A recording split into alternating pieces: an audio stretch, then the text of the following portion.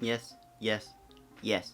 I'm so excited to finally talk about this game. It was initially going to be my first review, but I thought I might as well talk about it last. And what I mean by that is talk about it on my 12th video. But enough of that. It's a shame this game doesn't get enough recognition by the fans, or gets compared to later series, as there's always Spider-Man 2 that gets talked about. And to be honest, I kinda hated that everyone was praising it for the same thing, to a point where I thought that they haven't even played the game from start to finish to critique it fully, like I have. But instead they just be like sheep, just following someone else's opinion rather than their own. I fear that they might make fun of you over the internet, but I don't care about that stuff. But enough of that mini rant, as I'll show you why this game is better than Spider-Man 2. So let's talk about the game. And by the way, Spider-Man for the PS2 is godlike, so I'm not going to compare this to that one. And before the game came out, everyone was comparing it to Spider-Man 2, saying this and that. But anyways, onto the game. If you didn't know, Ultimate Spider-Man is a comic book series that was published by Marvel Comics from 2000 to 2009. The series is a modernized reimagining of Marvel long-running Spider-Man comic book franchise as part of the company's Ultimate Marvel imprint.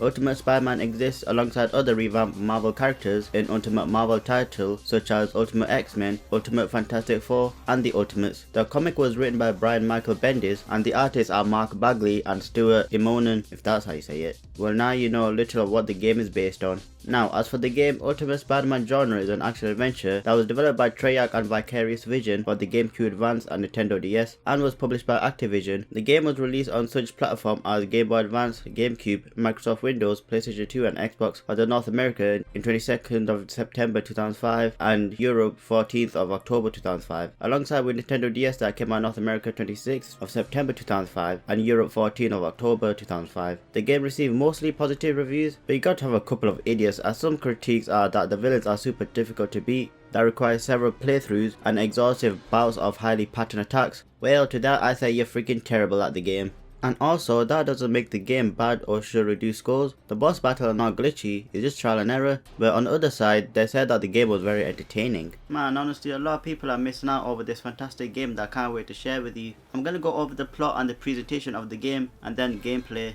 So with that said, you start the game and see the developer's logo and stuff, and then you see the main menu. You get to name your save data, so let's go with AnimersiveXP again. Oh, that's sick. You get a comic book of what's gonna go down. The game starts with the narration and the origin story that thank God isn't about Uncle Ben rice formula. Peter Parker explains how he became a superhero, but a few months ago, Peter reunites with his childhood friend Eddie Brock and find their inheritance inside this flask. Peter learned that their father worked together to find a cure for cancer using the suit called Venom. Before they died, they signed a contract to some old dude and now can't use their research or the Venom suit anymore. After learning this, Spider-Man then steals the Venom suit thinking he can finish his father's research, but the suit merges with him, creating the Black Spider suit. Peter tests the suit out as he feels much better than before, but the suit is way too much for him to handle, as even with all that spider powers, he couldn't control it. Soon after Eddie found out what Peter did, or who he was, he got pissed off and used the Venom suit on himself. Then soon after, they have a fight at Midtown High School football field. This little mission is a tutorial on how to control Spider-Man's combat ability. You reduce his health and run away from the campus, as Peter doesn't want anyone to get hurt, but no one is here. Anyways, Venom and Peter clash on the rooftop and fall to the street, as you see Venom just absorbing Peter. Luckily you can escape by using the L2 and R2 buttons, but then you fight some more as the police show up and shoot Venom as he slowly backs up and gets caught on the electric wire. That big idiot. The opening to this game is so good. I mean, you fight Venom right off the bat and the graphics is very different to Spider-Man 2. They're just too real, but in this game the graphics are more comic book and cel shaded. And some of the cutscenes are even played out like a comic book strip. Fast forward, Peter wants a suit of Mary Jane, his girlfriend, not as blunt, but it needs fixing. Peter then decides to go to his house as we learn more on how to navigate without using web shooters, like wall crawling, jumping. Holding down the jump button will make you jump higher, and double jump, which break the laws of physics. When you get to the house, Peter enters the basement and grabs his web shooters, as in this you learn how to swing through the city as Peter, but people still doesn't know his identity. This is weird. You meet up with MJ at the warehouse as she's finished with the suit, and finally, we are Spider-Man. Oh wait, wrong phrase. Shocker is causing disturbance with the police as he tries to rob an armored truck. This fight is easy as you just need to use the webs on Shocker or Herman, shock hand thingies, and cause it to malfunction. And then we'll see Street Thug harassing a woman, as that's not good. Let's teach him a lesson. Shortly after, Spider-Man meets with Human Torch at the high school and have a friendly race across Queens, as Spider-Man is constantly trash talking Human Torch and the Fantastic Four. I love it. Now this next mission I'm excited because you get to play as Venom. And I think this is the only game genre where you get to play as him as well. We see that Adrian Toomes, who is not Vulture in this version, witnessed Venom fighting with Spider-Man during the beginning of the game and secretly contacts someone. Fast forward to now, as we see a woman jogging in a park at the middle of the night, as Eddie is unsure if he's still alive or what day it is, and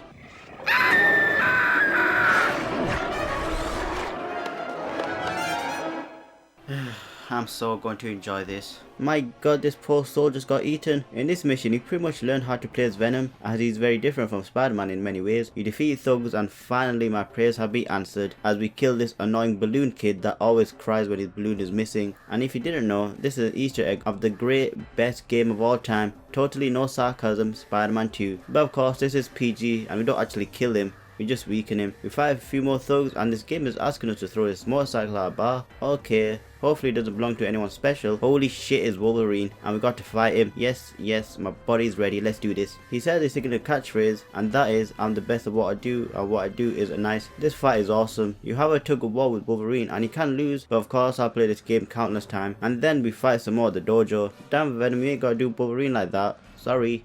My first time playing this when I was a kid, I absolutely loved the crap out of it. I was also terrible at it as well, but I never imagined I'd have other characters from different franchises joining in on this game.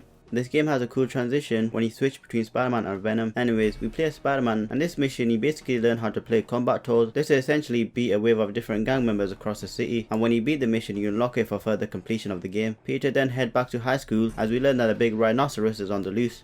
Okay, Rhino? Really, honestly, he's not even that intimidating compared to the other games like Spider-Man 1, 2 and 3 and even a Spider-Man PS4, but let's go and see. My goodness, he's causing mayhem on the city. We follow the giant footsteps and rescue civilians along the way, like rescuing this foreman under electricity and removing this giant TV off the store owner and beat the thugs that stole TV from him. There are a lot of stuff going on and this city is messed up beyond repair. How big is this Rhino? We remove the car that's pinning the woman's leg and move it to the paramedics, but the car explodes and lands on subway exit as we have to remove the car as people were burning inside. We see Rhino and... Hey you! Is that a rhinoceros horn or you... Oh my god. See, I'm so scared I can't even finish my lame joke.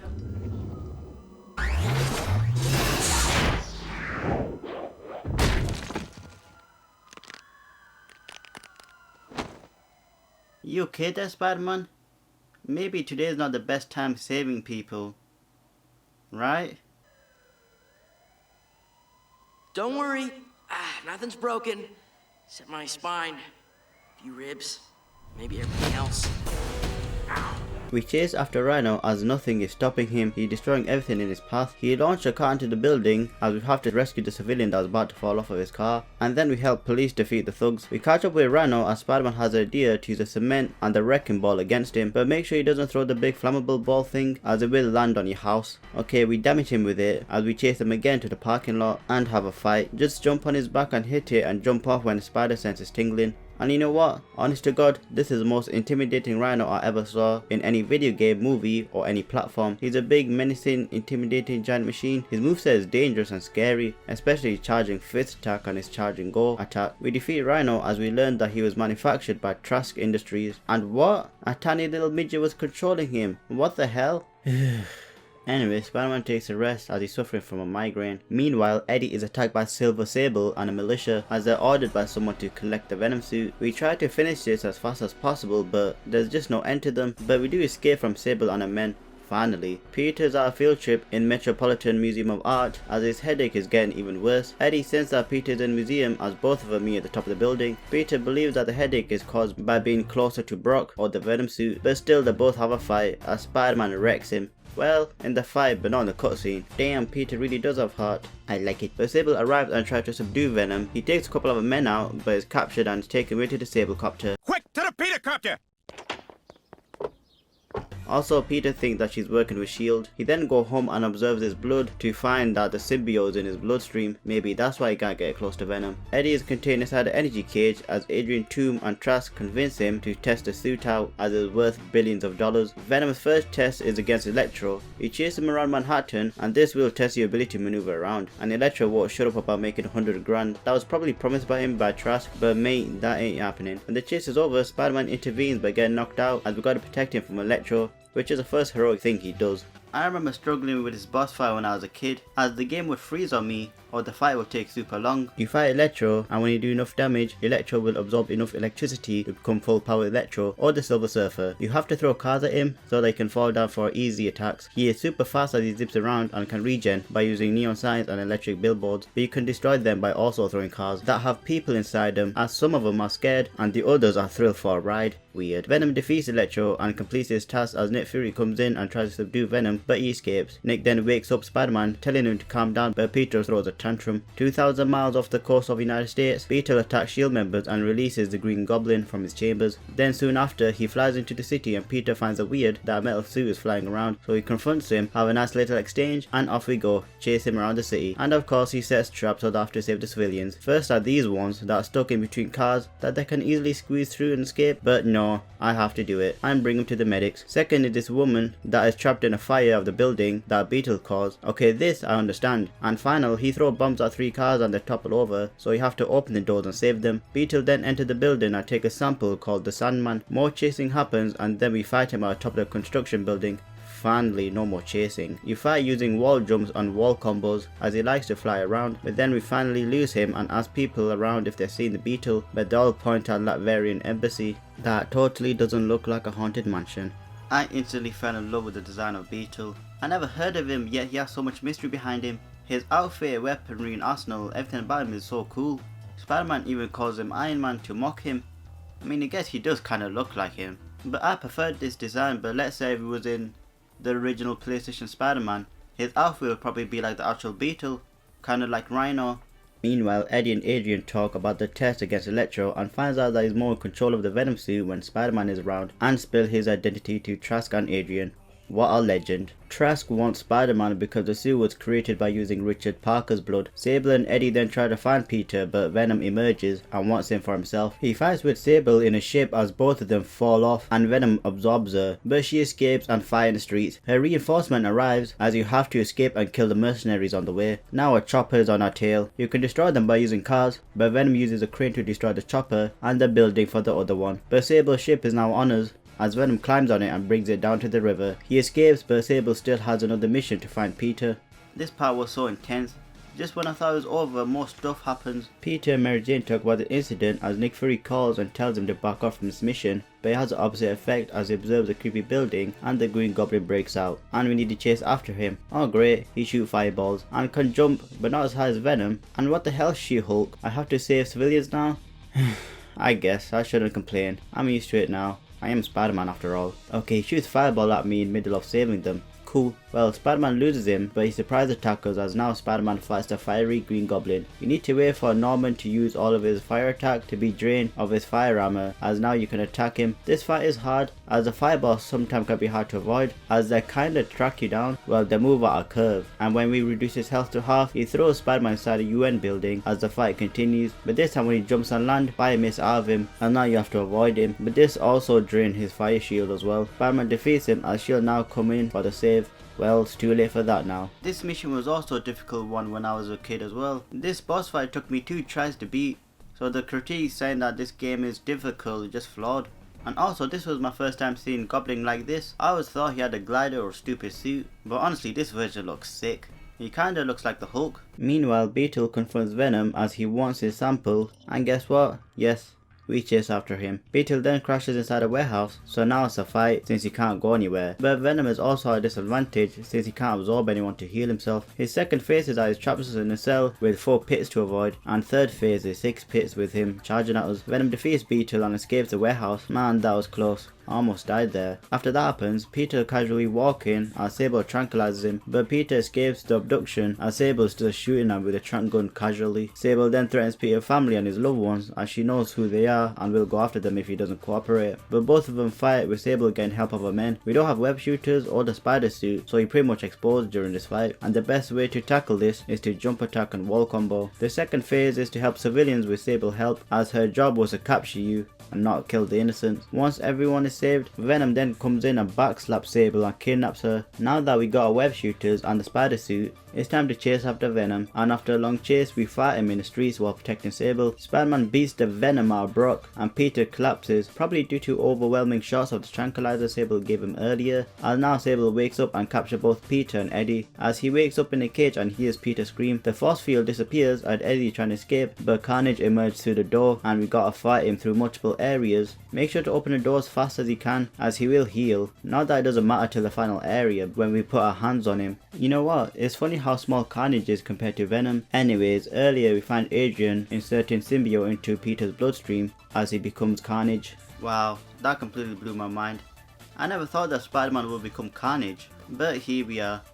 This is good so far, but the story is almost at an end. Venom then absorbs Carnage and gains complete control of the suit with the nice addition of the symbiote symbol on his chest, or the spider symbol, whatever. Eddie wants to kill Trask as he tries to escape, but Spider-Man stops him as both have their final duel on the top of the building. Spider-Man then gives him the ultimate punch as S.H.I.E.L.D. comes in, and Peter finds a document and discovers that the reason why their parents died in a plane crash was because Eddie's dad tried wearing the suit but couldn't control it, killing the pilot. There were only 3 survivors to witness this, and one of them was Peter's mother that died in an ambulance. Then Peter tells Fury that Eddie must see this, but he escapes. Days later, he confronts Trask at a security prison and kills him. Meanwhile, Peter and Mary Jane look over the city as Peter is worried about Eddie, but she insists on not worry about him and that she is there for us. But Peter responds by saying he isn't sure whether he's scared of Eddie or scared for him. And Peter and MJ have the ultimate baby that will eventually die of cancer. Just kidding. Wow, that got dark. You'll see Eddie that is semi-transformed as he jumps off the building and kills himself. Again, just kidding. He transforms into Venom and story's over. And yeah, honestly the story is so much better than Spider-Man 2. It takes liberties and is not held down by the plot of the movie, so it can get creative and out of control, in which it does.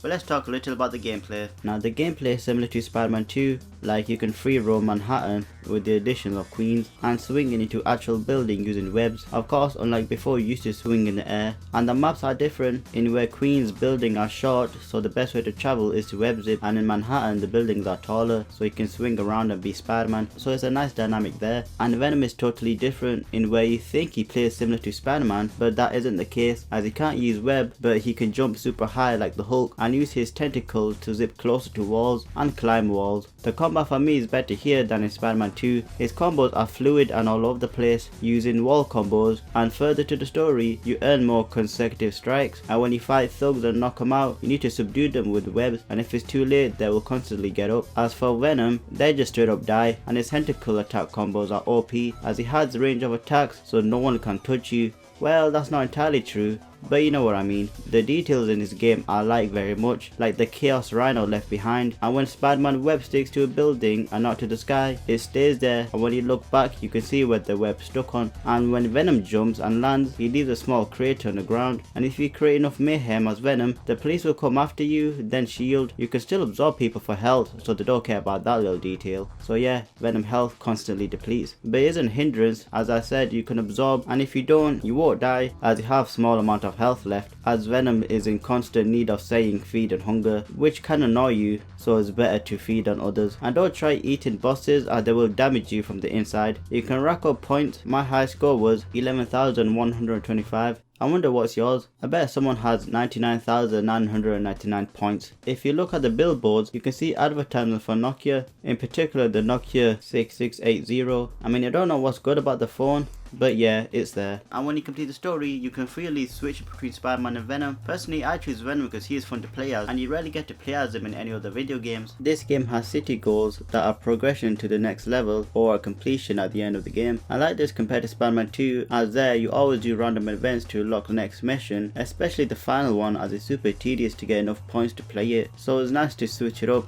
And thank God for no more balloons. There are city events that are random encounter, like saving civilians from thugs or ledges, stopping gang wars, stop armed robbery, stop shocker, stop boomerang, help police beat up thugs, and stop reckless driving, both from thugs or civilians. The races are good, they're easy and hard for both Spider-Man and Venom, and you get to race the Human Torch again at the Baxter building to unlock more difficult races. I almost had it the first time and failed miserably every time. Eventually I did win, it was more just trial and error, as the first 2 checkpoints were hard for me to get. The combat tour are good, but can get harder when you complete them all for a new difficulty, so it was a nice challenge. And of course, collecting stuff around the map. Now in total, you have 190 20 collectibles to find. These are landmarks that are 15, secret tokens that are 100, and cover pages that are 75. I like collecting as Venom at night time, as you can cover more ground with his jumping ability and is easier to see compared to daytime. And when you're done with these, you get a look at unlockables that have concept art for the game, cover art for the Ultimate Spider-Man comic book cover page, costume to collect and wear, a trailer for X-Men Legend 2. What's funny, I watched this countless times and still haven't played the game, and finally character models for you to enjoy. I also want to show you the comic that shows when a new chapter happens, so here.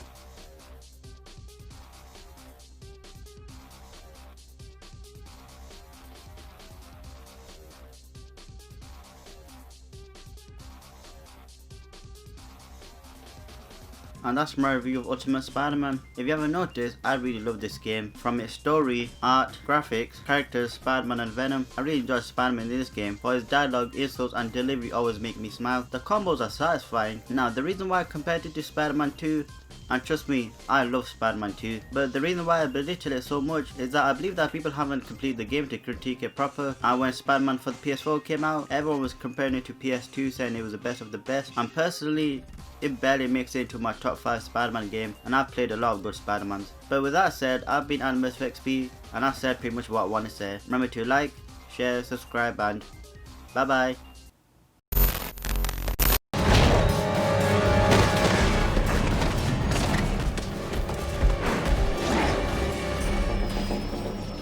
You're just gonna stand there?